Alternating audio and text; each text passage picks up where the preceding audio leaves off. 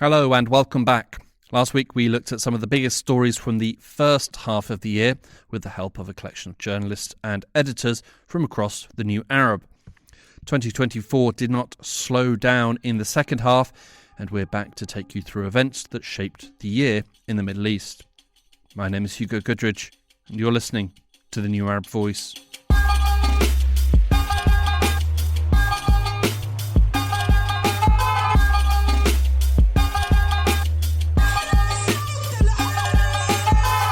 In June, we saw anti-Syrian protests and riots in Turkey, and in July, Syrians responded in kind against the presence of Turkish forces in northern Syria. Editorial and social media assistant Charlotte Hockey recalled events. So those protests took place in places around northern Syria, where Turkey holds a particular influence, especially military. And so those Turkish forces and its allied militias, they really cracked down on those riots. And they deployed more troops, imposed curfews. At some point, they also used live ammunition and tear gas on rioters. Rioters and security forces clashed. And at the governmental level, officials blamed it on external actors sparking those riots. And also terrorist groups, labeling them as terrorist groups, putting the blame on the PKK, for example, or the YPG, which are Kurdish-led movements. Cities in Turkey kind of portrayed it as a broader anti-Turkey conspiracy. Finally, Turkey tried to put pressure on local Syrian councils to tackle the riots and push the narrative in the media that it was genuinely the Kurdish groups that sparked those. There was no shortage this year of news about the appalling atrocities being committed by Israel in Gaza. In July, we also learnt about atrocities against Palestinian citizens from Gaza inside Israeli prisons. Analysis editor Charlie Hoyle. The Zeddah Taman military base near Beersheba in southern Israel had really for months been at the center of very serious reports of abuses against Gazan detainees. It's important to remember, really since the beginning of Israel's war in Gaza, there's also been the kind of mass detention or mass arrest of Palestinians in Gaza. Hundreds, and if not thousands, have been taken from Gaza and detained in sort of a network of Israeli prisons. Without trial? Without trial. Slowly, largely from Palestinian detainees released, but also through lawyer visits and such. Lots of evidence has now come out of really, really graphic and brutal torture, ranging from sexual abuse, electrocution, waterboarding, sleep deprivation. Real kind of sadistic form of punishment of Palestinians detained. Of course, as you mentioned, with no trial, with no access to lawyers. And these reports gradually came out about this one particular base, the Zeddah Taman base. As a result, Israeli military police tried to enter the facility to detain 9 reservists accused of abusing Palestinians, who were then subject to an official investigation. This caused outrage amongst Israel's, right-wing, far-right. There were huge protests culminating in a mob that essentially broke into the base to try and, in protest at the arrest, but also to try and stop it happening. The mob included Israeli far-right politicians. It was really a show of support for soldiers, even though they'd been accused of, the most horrific, just crimes. Just to clarify, this is a mob of people going out in protest of the arrest or the removal of Israeli soldiers who had been accused of torture and in Israeli prisons. Torture and rape. Yeah, and there was video footage of one particular guard who was alleged to have raped a Palestinian prisoner using part of his gun. And just to give you an illustration, this particular Israeli officer went on to become a kind of celebrity in Israel. He went on Israeli television channels. Initially with his face covered, but then, uncovered. So there's a really kind of closing of the ranks behind the Israeli army, and really quite outrageous justification of what was kind of what is actually, because it's still ongoing, a policy of systematic torture of Palestinians. And I mean, some of the testimonies are horrific, and you can read them on the New Arab's website, but they're horrifying. In May, we had the shocking news that the president of Iran, Ibrahim Raisi, was killed in a helicopter crash. This paved the way for presidential elections. Opinions Desk editor Benjamin Ashraf joined us to tell us how his prediction, and the prediction of many others, was so wrong. Well, I have to eat my words a little bit here, because I remember discussing with you at the time that there were 6 candidates, really, 5 hardliners and 1 reformist. And I remember boldly saying there's no chance a reformist was going to win. Well, the reformist candidate won, Masoud Pezeshkian, won a runoff against Saeed Jalili, who was the hardliner. It was unexpected, pretty much. And speaking to Iranians and following our coverage of it, it seems like basically that the average Iranian, the millennials, the middle class, and the city, those that dwell in the cities were more they're more worried of a Jalili presidency than a Pezeshkian. So they turned out in opposition of the ultra-conservative rival rather than voting for the reformist. But nonetheless, it was a surprise, given that President Massoud had promised to ease up restrictions on things like the hijab ban and, I guess, return to the nuclear deal, things that had previously been off the table. Well, a reformist president, then, it seems like a good thing, I think, for Iran, or perhaps better than the alternative. I mean, is this actually going to have a big impact on Iran? Is it all going to be liberal policies and moving forward to a bright, hopeful new future, or is it going to be a bit more of the same? I think Iranians are seeing it through the lens of cautious optimism, really. They're trying to manage expectations, and they know it's not it's a jaded society, and it's trying to transition away from the years of Raisi and prior to it. And I think there is some level of optimism when it comes to domestic policies, but given the stranglehold of the RCG and Khamenei and the plan of the Axis of Resistance, he's likely to have far less leeway when it comes to foreign policies. As Israeli forces continued to lay waste to Gaza, in the West Bank in July, Israel was breaking records for land seizures. New Arab journalist Oliver Mitzi explained.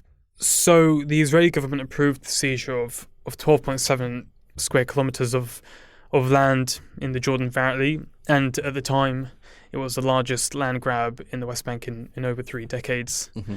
Since then there has been a continuation of land seizures as well, including around Bethlehem, which houses a UNESCO World Heritage Site. Mm-hmm. This is part of a bigger trend, really, of increased land seizures by Israeli settlers, increased creation of outposts, which, although illegal by Israeli law, are often not dealt with by the Israeli military occupation in the West Bank, and then become settlements later on. Also in July, Israel continued to cross names off its most wanted list, this time with Mohammed Deif. So he was the head of the Qassam Brigades. So the Izzadin al-Qassam Brigades are the military wing of Hamas. Mm-hmm. He is widely believed to have organised the 7th of October attacks and planned it out along with Yahya Sinwar, who was the head of Hamas within the Gaza Strip. He was killed in the Al-Mawasi humanitarian zone, which, really should not be targeted by an Israeli airstrike. I hate to ask, because I fear I know the answer. I'm guessing this wasn't a surgical strike and that perhaps there was plenty of other collateral damage. Ollie, fill us in. What was that damage? So at least 90 Palestinians were killed in the strike and 300 others were injured. Of course, being a designated humanitarian zone, there aren't supposed to be airstrikes within the area. And because it's a humanitarian zone, a lot of people seek refuge and shelter. Not to say that it has urban buildings to do that. Basically, many people pitch tents and have made encampments in the area because of the lack of bombardment, which other areas of the Gaza Strip sees, such as Gaza City or Jabalia, for instance. And Israel doubled up on assassinations of top Hamas leaders at the end of July, when it killed Hamas political chief Ismail Haniyeh. Just linking back to the election, it was actually on Masoud Pezeshkian's inauguration day, so on the 31st of July. And if we thought that the Israelis, by attacking a consular annex in Damascus, was an escalation, in this case they attacked him in his hotel room as a kind of allegedly targeted attack that had been planned for months prior. Ismail Haniyeh, if you remember, was basically the top dog. He was the head of the Hamas's political bureau, and he had been living in between Doha and travelling around the region for some years. It was a seismic event. In August, Libya was suffering from banking troubles when gunmen attempted to kidnap the central bank governor, Sadiq al-Kabir. New Arab journalist Salma Bulgaria recalls. He was abducted by an unidentified group. The reason behind his kidnapping remains unclear, but it appears in the context of rising tensions around the central bank of Libya, including armed sieges and disputes over the bank's leadership. Militia groups were reportedly pressuring for the resignation of Sadiq al-Kabir, the governor, over his management of all revenues and fiscal policies. This suggests the kidnapping could have been part of a broader attempt to exert control over the bank's leadership. Libya is currently famously split between East and West governments. The kidnapping happened in the west of the country, but it does impact the east of the country. So how did the East respond to this? So the Eastern administration, aligned with Khalifa Haftar, condemned the leadership changes at the CBL. They saw them as illegitimate. In retaliation, Haftar's forces ordered a halt to oil production and exports in the east, significantly impacting Libya's oil output, which dropped to less than half of normal levels. This blockade intensified the economic and political crisis, as most of Libya's oil fields are in the east under Haftar's control. September was a highly momentous month for Lebanon, with the country barely catching breath between events. It started when the Lebanese authorities decided to move in on Riyad Salemi, the one-time financial wizard and governor of the Central Bank of Lebanon.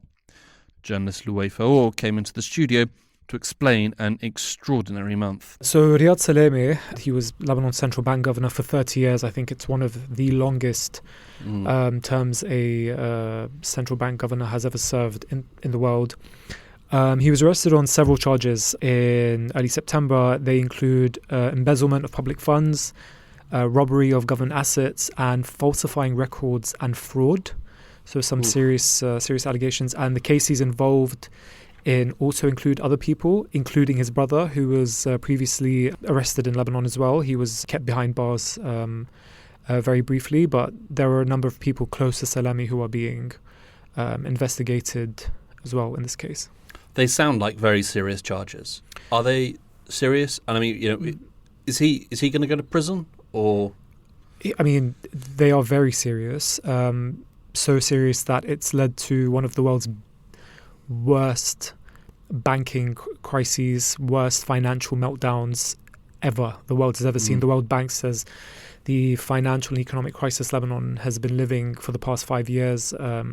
This is since 2019, yes. Since late 2019 is one of the world's is the world's worst economic meltdown since I think they said like the 1850s or early 1900s. So I mean, Salemi is said to have orchestrated possibly one of the world's biggest ever Ponzi schemes.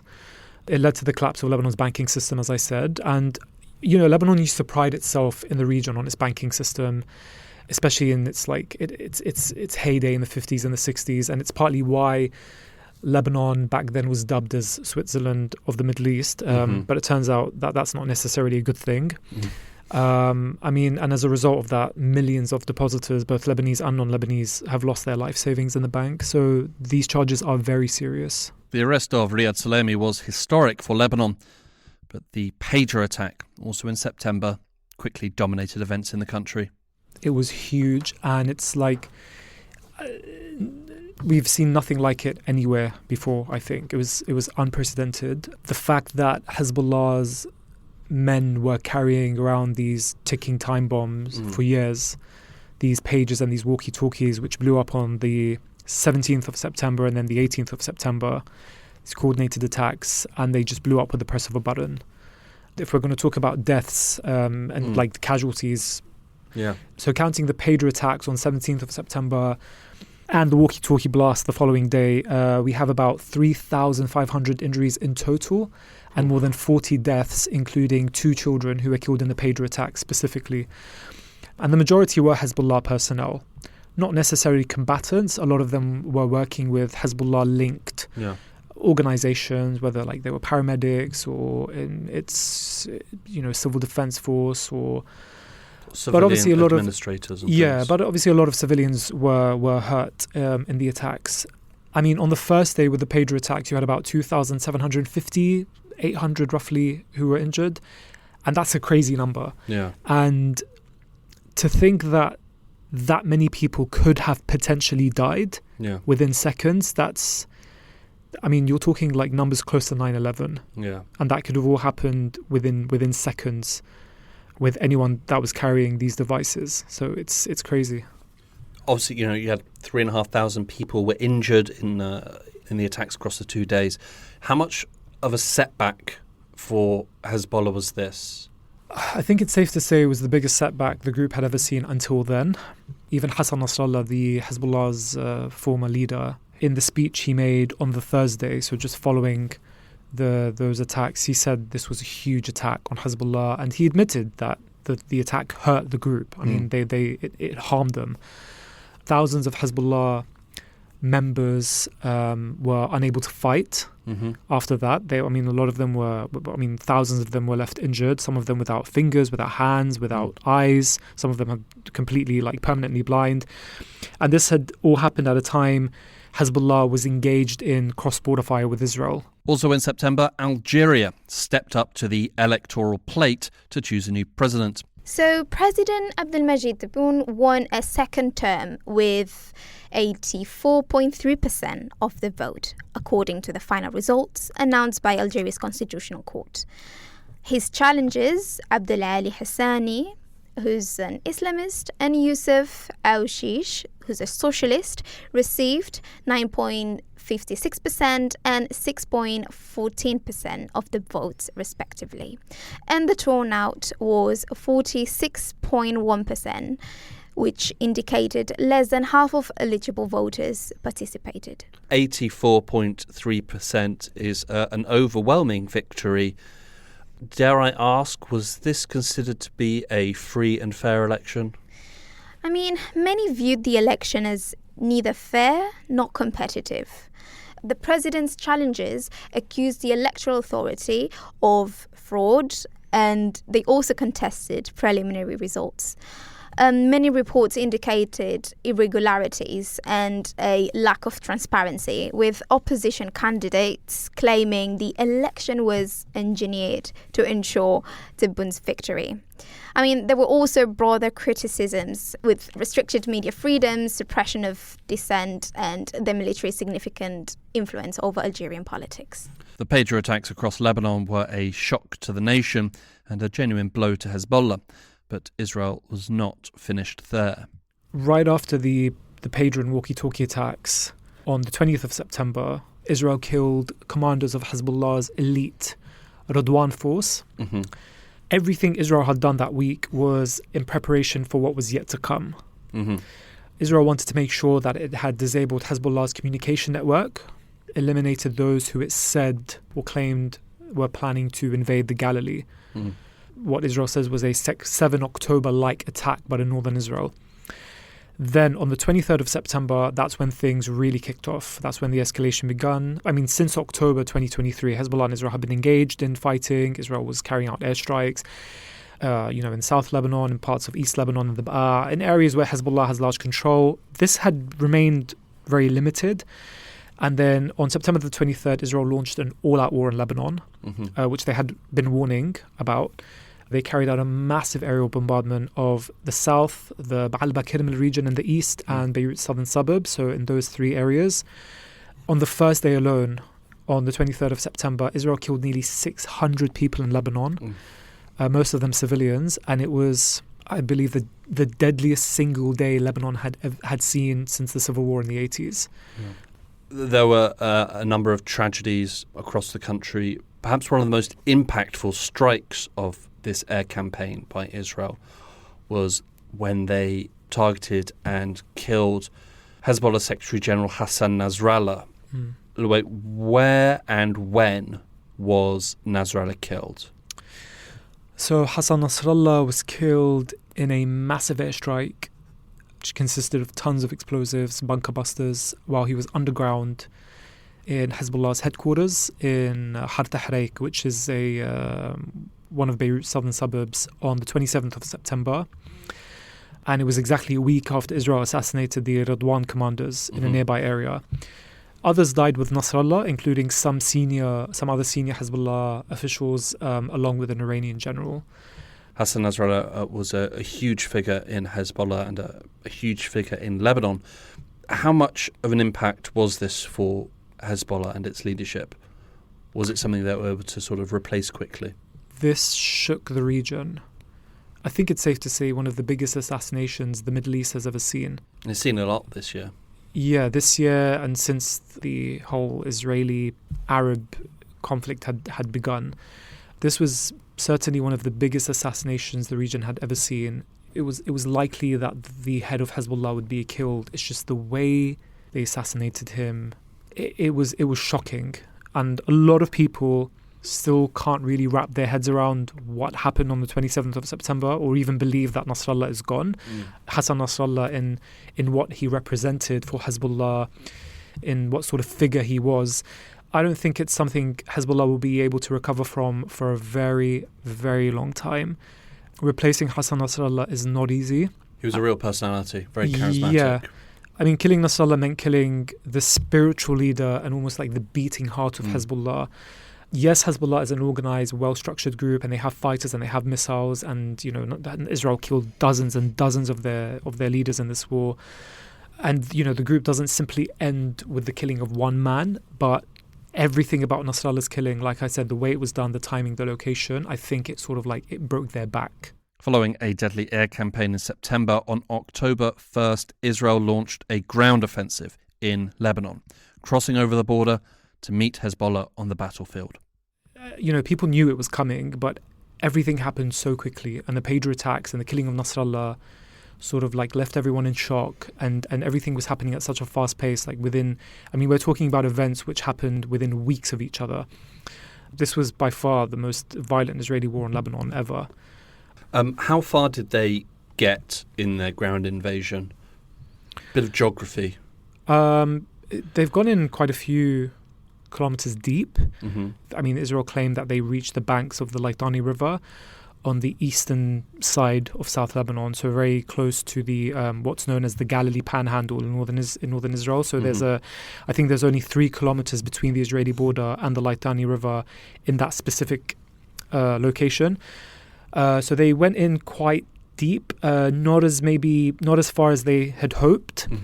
I mean, we've got to admit that Hezbollah's fighters on the ground were also, battles had raged for weeks, and Hezbollah's fighters were pushing Israel back. Yes, Hezbollah was severely hurt, and Israel's war on the group has really set them back. But on the ground, their fighters were still fighting the Israelis with full force.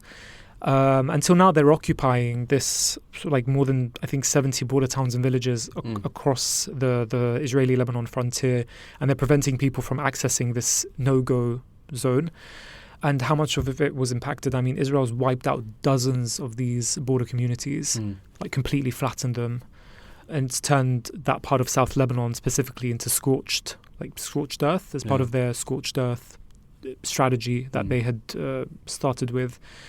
So just complete obliteration of these border towns and villages. While Israeli troops were crossing the border into Lebanon, Iran's leadership decided that now was the time for a response to the killing of Ismail Haniyeh in Tehran and also Hassan Nasrallah. If the first Iranian rocket salvo was relatively coordinated with allies and with the US, this second one wasn't. And I was actually in Jordan at the time when it was happening, and from when it had announced that they had fired rockets to when they were flying over Jordanian airspace in Israel, it probably took about 15 to 20 minutes. Again, largely targeting Israeli military infrastructure, but the stakes were raised once again. So did this push the region, up another level towards regional war, or did everything sort of simmer at the same sort of level it had been before? It reminds me a bit of a game where when you've got a cup of water and you're trying to play with your friends to not make sure it doesn't overflow, and each time it seems like it's getting closer and closer to completely spilling over. And, once again, we thought that perilous gamble in April was a big thing, but now it's getting further and further to that, and you saw that reflected in mainstream media analysis. It's this kind of spectre of all-out regional war. What's worth noting, though, is that Iran basically wants to push its hand, as the same with Israel, but wants to avoid direct US involvement, whereas Israel does want that to be the case, given Netanyahu's own machinations about Iranian threats to Israel. As Israeli soldiers launched an invasion of Lebanon, in Gaza they scored a highly symbolic victory when they killed Hamas leader Yahya Sinwar.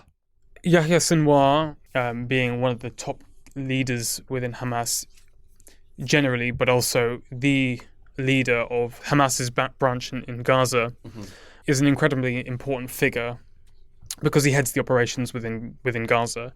He's quite well known in the sense that for a long time he was in Israeli prison. He was well known to Israeli society because of the fact that he spoke Hebrew. He learnt it during his time in Israeli prison as well. And he was very charismatic too. Would often taunt the Israelis to kill him, basically saying, "You know where I am. You know that I walk everywhere. I'm not undercover. I don't hide." This was all before the Gaza war. Yeah. If you want to eliminate me, then go on. I'll go out as a martyr. And that's essentially how he was killed. From what we understand, he was in Rafah, and he actually attacked Israeli soldiers, along with a couple of other Palestinian fighters who were with him. Once his ammunition and his grenades ran out, I think he was also injured as well. He was in this building. An Israeli drone, took the last footage of what we have of him alive, where he throws a stick at the drone when he's sitting on a sofa, and he was killed by Israeli soldiers. The reason why I say he was martyred on the battlefield is because for many Palestinians that's what it represented. Yeah. In the sense that he fought to the last, and he fought alongside his soldiers. He wasn't cowering in a tunnel or quote unquote like a rat, which is what the sort of common Israeli narrative was of his hiding. It marks the end of an era for the organization because he was with the organization from the 80s. Yeah. Like many of the members of Hamas. So it is the end of an era basically for the organization. Not wanting to be left out of the electoral excitement that 2024 brought in, Tunisia snuck in a presidential election in October. President Kais Saied has been re-elected with a landslide victory, securing 90.69% of the vote, again according to the Independent High Authority for Elections. His closest rival, Ayashi Zama, received 7.3%, while the third candidate, Zuhair Maghzawi, got 1.9% of the votes. Despite Said's overwhelming margin, critics have raised concerns about the legitimacy of the election, citing systematic disqualification of prominent candidates and allegations of political repression. On the subject of political oppression, it was earlier on in the year, actually, we had the arrest of the head of Tunisia's Republican Union Party. Who was he, Salma, and why was he arrested? Yes, so Lofti Mrehi, he's a prominent Tunisian opposition leader and, as you said, founder of the Republican People's Union Party. He's known as a vocal critic of President Kais. He announced his intention to run in the presidential election set for October, and his arrest marked yet another escalation in Tunisia's ongoing political crackdown under Said's government.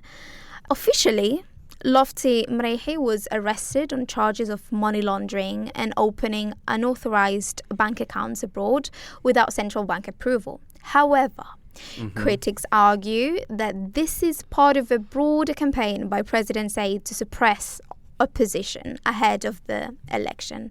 Many viewed the arrest as politically motivated, designed to sideline potential rivals and ensure that Said consolidates his grip on power. With October drawing to a close, the Kurdish militant group, the PKK, launched an attack, hitting the Turkish state at its military heart. The PKK, they carried out a coordinated assault on Turkish aerospace industries, which is involved in the development of advanced military technology, drones, fighter jets, helicopters. And these attackers used explosives and small arms to target the facility. There are varying reports of how many attackers actually carried out the assault, but it's estimated that 5 to 10 did. In terms of how many people were killed, it's estimated that 4 did, and they were all mainly workers at the factory. This was obviously a serious attack. It did strike at the heart of, say, Turkey's military industrial complex. How did the Turkish state respond to this? Yeah, so the Turkish state responded by launching airstrikes and ground operations against the PKK. Classic. In places like northern Iraq, where the PKK is particularly influential. At the internal level, Turkish authorities heightened security and its infrastructure, and especially around defense contractors like Turkish aerospace industries. Erdogan condemned the attack in strong terms. He kind of used this again as an occasion to put the blame on kind of labeling the PKK as a terrorist group. Yeah, it was just a significant escalation in the Turkish PKK conflict. Yeah, we'll have to see how that kind of plays out in the next year, I guess. With the end of the year in sight, Iraqi society struggled with itself as the nation's government discussed draconian changes to the law. Associate Features editor Zainab Mehdi explains. Okay, so just for a bit of context, personal status law, this was established in 1959, and this law is deemed one of the most progressive for Muslims in the region, covering marriage, divorce, and inheritance.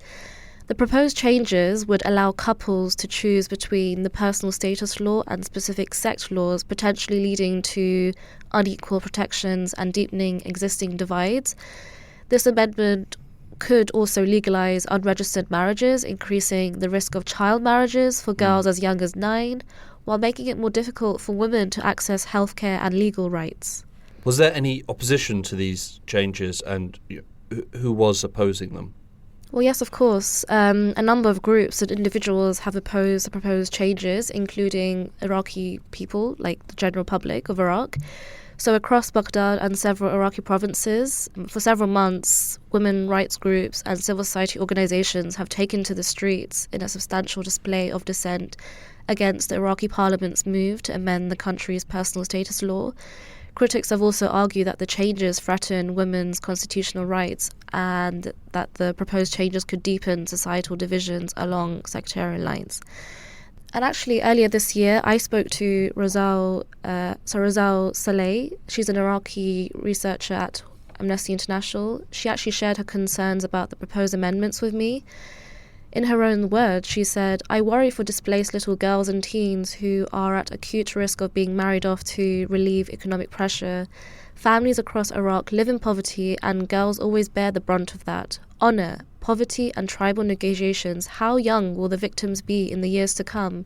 If we continue down this path, generations of girls will grow into women deprived of education, healthy lives, and the most basic rights." November was a rough month for Israeli Defense Minister Yoav Gallant. First, he was fired from his position by Israeli Prime Minister Benjamin Netanyahu, and then, to add insult to injury, it was announced that international arrest warrants had been issued for both him and Benjamin Netanyahu. Charlie Hoyle again. So in November, late November, judges at the International Criminal Court issued arrest warrants for Netanyahu, for Yoav Gallant, and for the military commander of Hamas, Mohammed Deif, who's presumed dead. The warrants said that there were reasonable grounds to believe that both Netanyahu and Gallant were responsible for war crimes, including starvation and blocking aid, as well as crimes against humanity, such as murder, persecution, and failing to protect the civilian population. And how did they react to this? Israel responded in typical fashion, firstly labeling it an anti-Semitic decision, and rather kind of buffoonishly, Netanyahu called it the modern Dreyfus trial, and said that Karim Khan, the chief ICC prosecutor, was motivated by anti-Semitic hatred of Israel. After much devastation, displacements and death, and following a flurry of diplomatic efforts, a ceasefire was reached between Israel and Hezbollah. So the ceasefire came into effect on the 27th of November, I think sooner than anyone expected. A lot of people expected this war to drag on for months and months and possibly even a year or more. The deal is in line with the UN Resolution 1701, which was actually adopted in 2006 after the Hezbollah-Israel war, but was never, fully implemented. Yeah. The two sides didn't respect the agreement. The main clauses of the deal, it's a US brokered deal. The US and France played sort of like the key roles in bringing about this deal.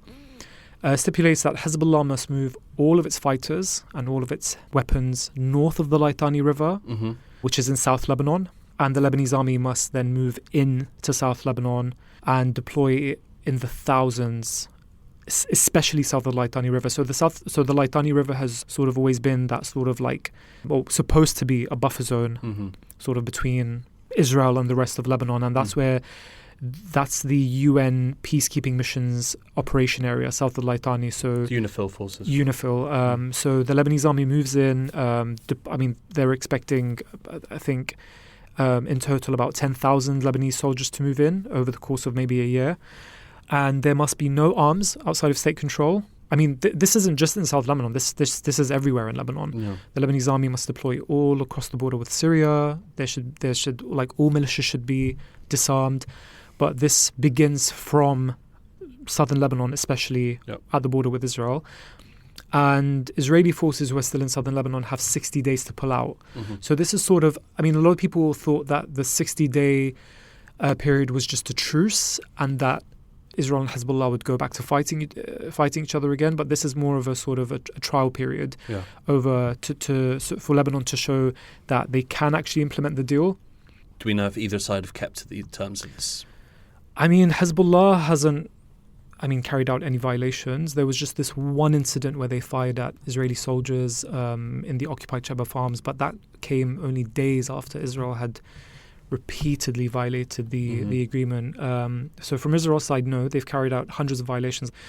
They've continued to carry out airstrikes across South Lebanon, like targeting personnel, targeting vehicles, motorbikes.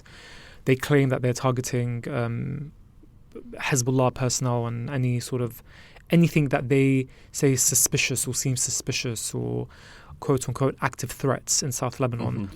They've continued shelling border villages, demolishing anything that they couldn't destroy during the war. They've continued to demolish now, and we're talking very specifically along the border. Yeah.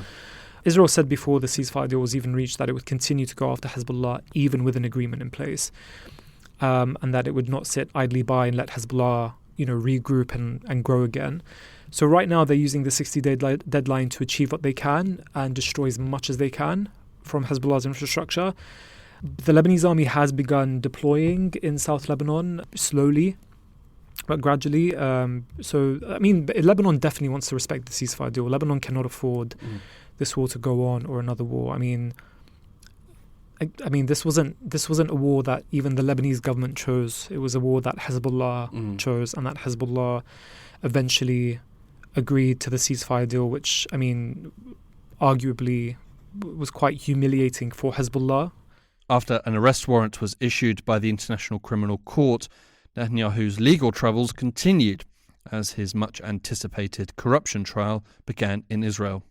So Netanyahu is accused of accepting tens of thousands of dollars worth of cigars, champagne and other gifts from a Hollywood producer in exchange for assistance with personal and business interests. He's also accused of promoting advantageous regulations for media moguls in exchange for favourable coverage of himself and his family. And he's he has become the first sitting Israeli leader to take the stand as a criminal defendant, which is another low point for him in his political career.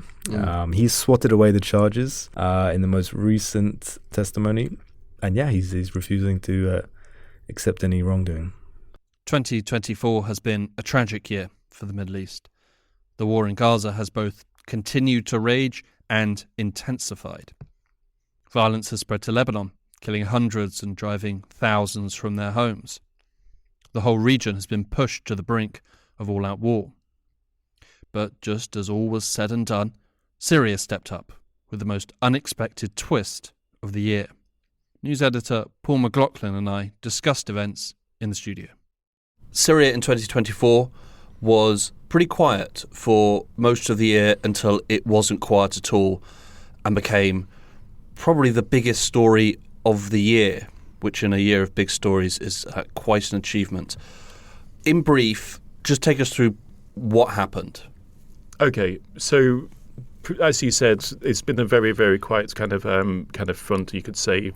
Idlib province, which HTS controlled, was there was a ceasefire. There was which had been in place for a few years. There had been tit for tat kind of clashes and raids, but generally it was kind of a quiet situation and stable.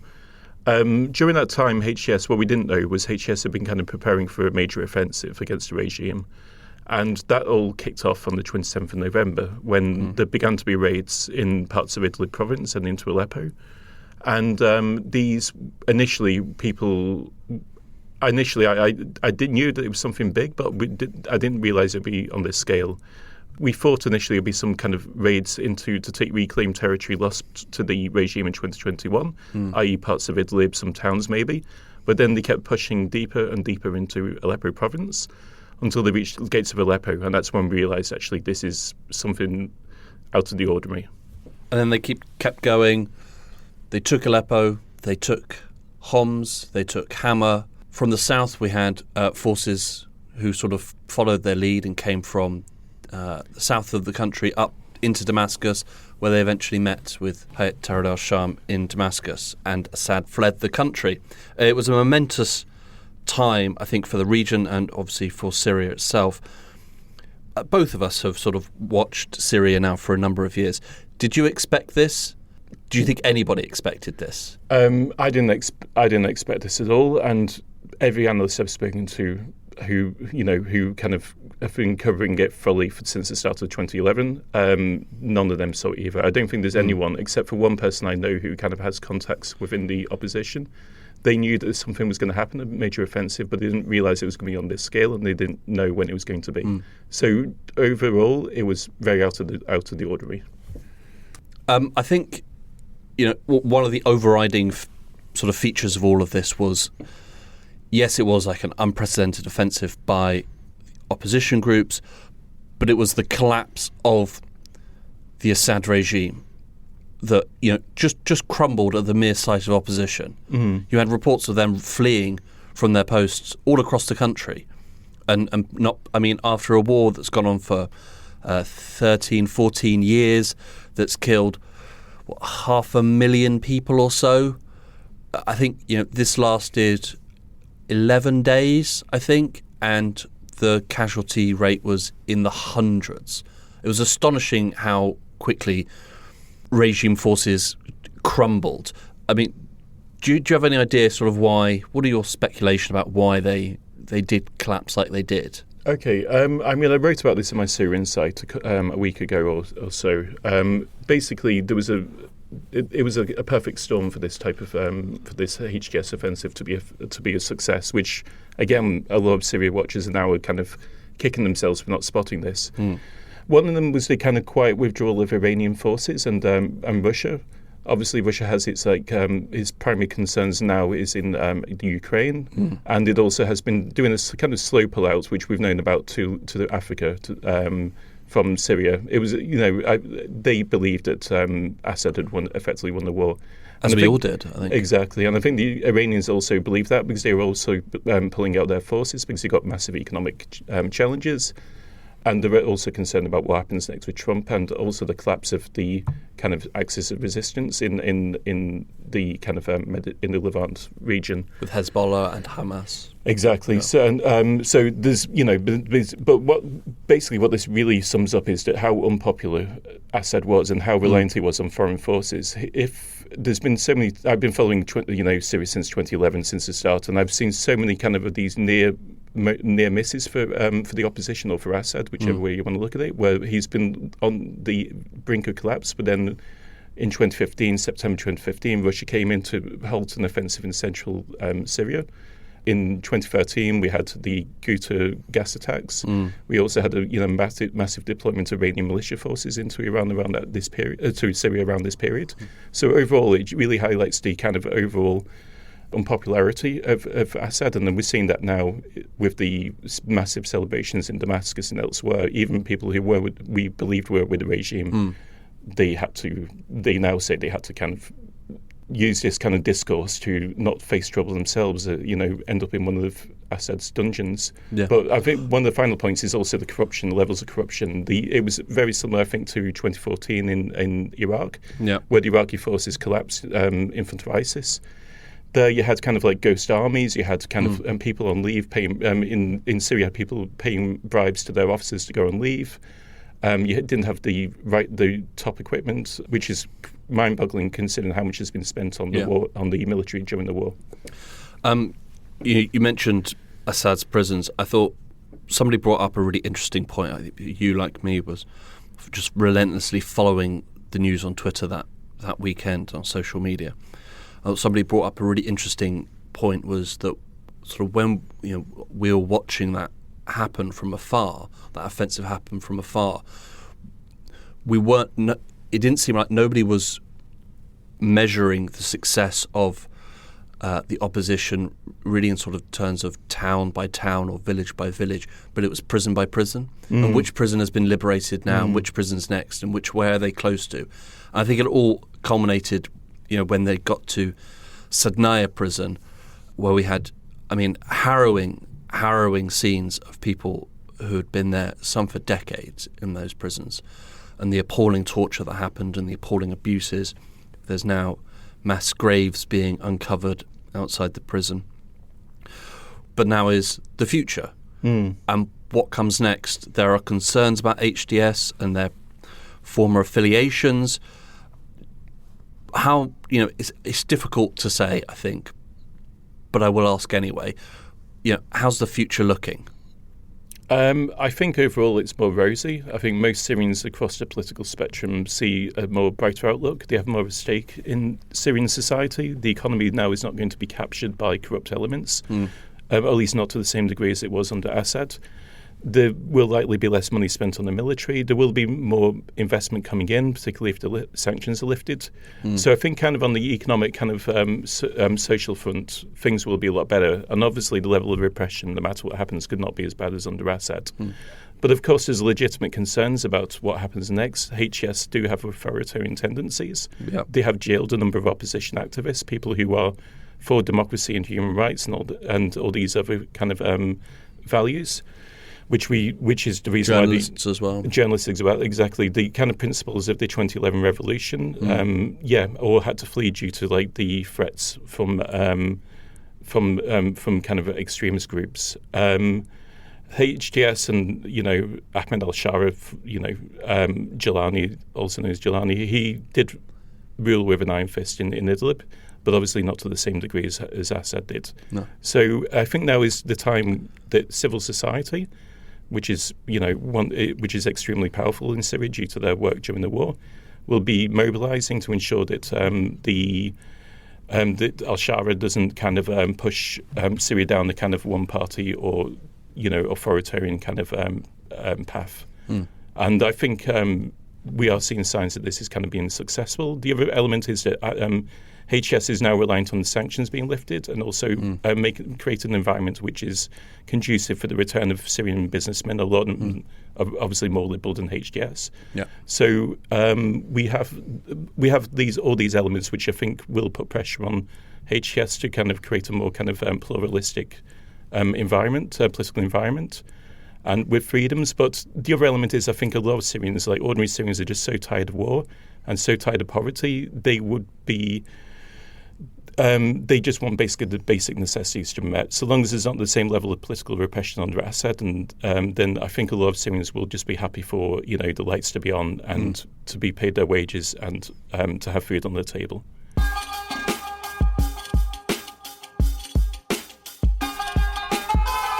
And that was 2024. For everyone who has listened, thank you. Your support is greatly appreciated. This year has passed, but we will be back next year with new stories and new analysis of whatever 2025 decides to throw at us. This episode was written and produced by me, Hugo Goodridge, and featured Louay Faur, Nada Osman, Charlie Hoyle, Oliver Mitzi, Zainab Mehdi, Benjamin Ashraf, Charlotte Touquet, Salma Wagaria, and Paul McLaughlin. Our theme music was by Omar El Phil. You can find us on social media with the handle @TNA Podcasts for additional content, and you can email us podcast@newarab.com. That's podcast@newarab.com. You can subscribe to the podcast so you never miss an episode, and you can also rate and review, which helps us spread the word. Don't forget to follow The New Arab on Facebook, Twitter and Instagram for all the latest news, analysis and opinion from the region